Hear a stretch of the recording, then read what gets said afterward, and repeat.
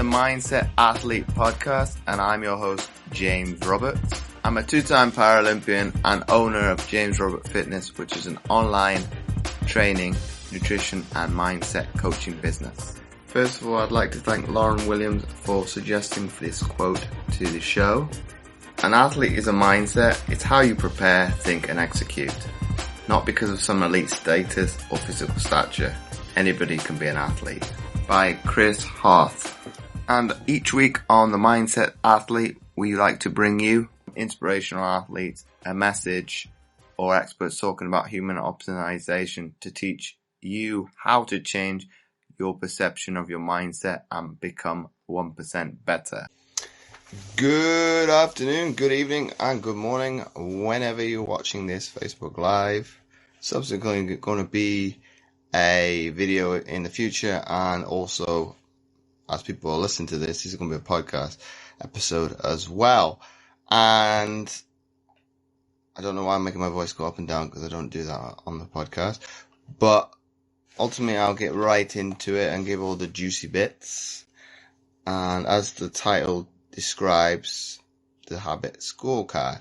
And this is a little nod to my podcast a little bit, the Mindset Athlete Podcast, because I think most people that listen to it are athletes, coaches, and within athleticism of sport.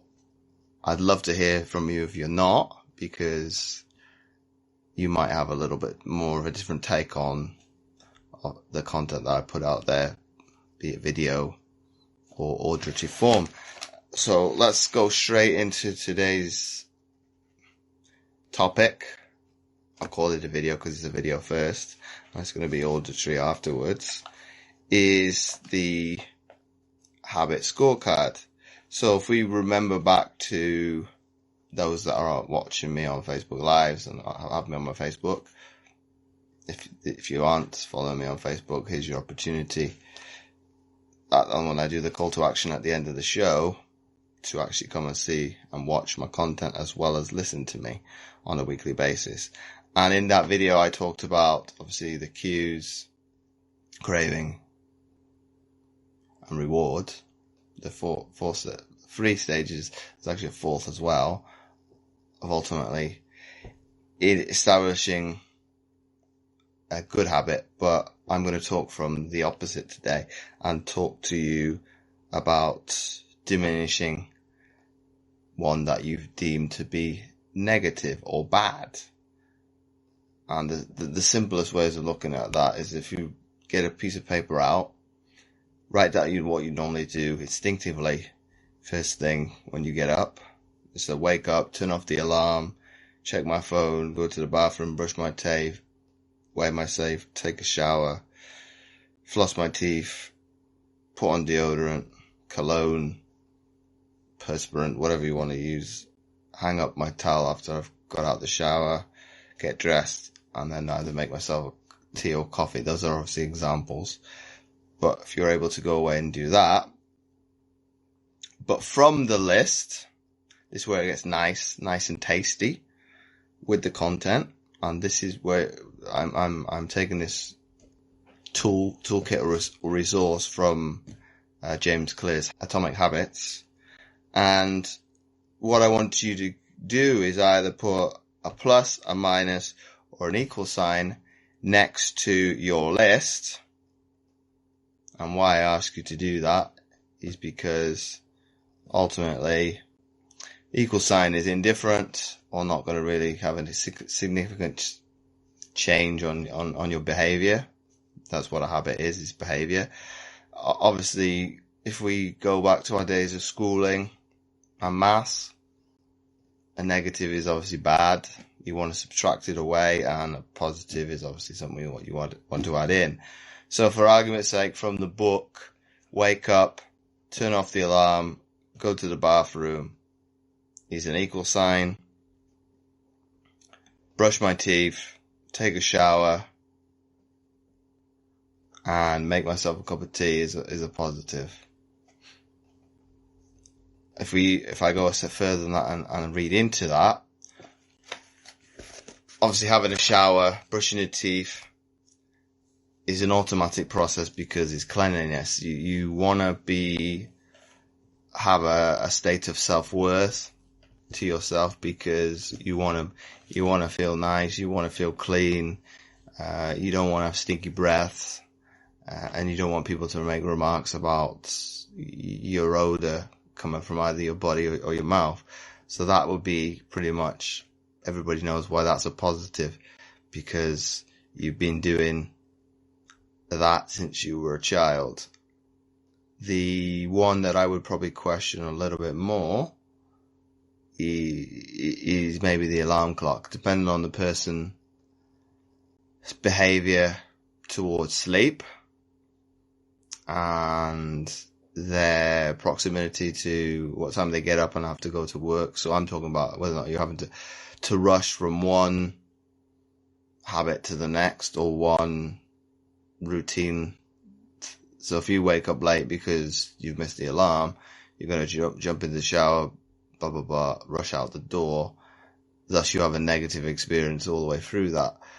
Or the other person, on the contrary of that, very time fashion, goes to bed at the same time every single day, 7 days a week, is pretty much on autopilot, does get up, wake up, get out of bed, probably doesn't need the alarm clock, gets in the shower, and then uses the drink just as a routine fashion, not to use as a stimulant. Or you have the one that's in between. That depends on you as the person.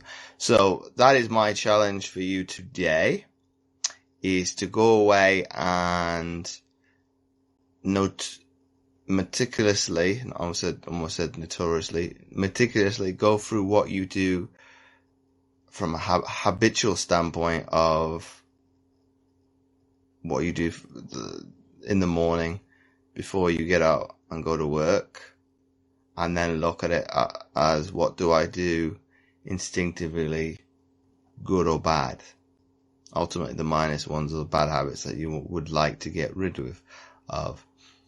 So if you'd like to know even more of these kind of mind hacks, put yes in the comments, because I've got something exciting in the works coming up next week that I think would be, well, I think is invaluable, but ultimately it's only a concept until it is put into fruition by other people. So if you'd like more of these things and like to see behind the scenes of pretty much how I enact most of those things, they're not words, they're actions for me, put yes in the comments. If you're listening to this on the podcast, obviously I know you can't put comments below.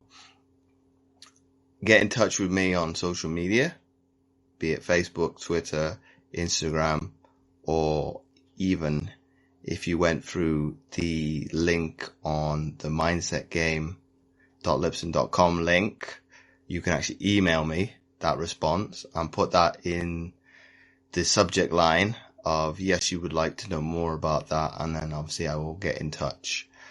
So that is it from me for today. So that's what's on the cards for me over the next coming weeks. It's going to be a little bit of a slight deviation for the podcast because it's going to be me riding solo for the next 3, 4, 5 weeks because I've got no guests up and booked in, so that I'm quite excited about that. So that shows a different transition from habits for me. So like I said, I'll reiterate for Facebook and also Instagram. Do put comment yes in the comments now or at future date if you're listening to this and watching this at a later date, that you'd like to know more of these kind of mindset hacks. Obviously, making you move more away from negative habits and bad habits, moving into ones that you wish you should and could have done in 2020 that you'd like to implement in 2021. If you like this episode, please do share it with your friends and do let me know what you thought of the episode by tagging me over on Instagram at James O. Roberts 11. And I'll spell that out for you again. And once again, that's JAMES, the letter OROBERTS, and the number 11. And again, you can do the same over on Twitter and Facebook. And in addition, if you had any follow-up questions, don't hesitate to shoot them over as well. And as always, don't forget to check out my free content at fitamputee.co.uk and click on the tab Resources. But not forgetting, I've also started a new Facebook group, especially for the podcast, which you can find by typing in The Mindset Athlete. And last and finally, and wrapping up the episode for this week, all the links will be in the description. You can find all the show notes at mindsetgame.libsyn.com under the category General. So once again, thanks for listening, and I'll catch you next week for another episode of the Mindset Athlete podcast.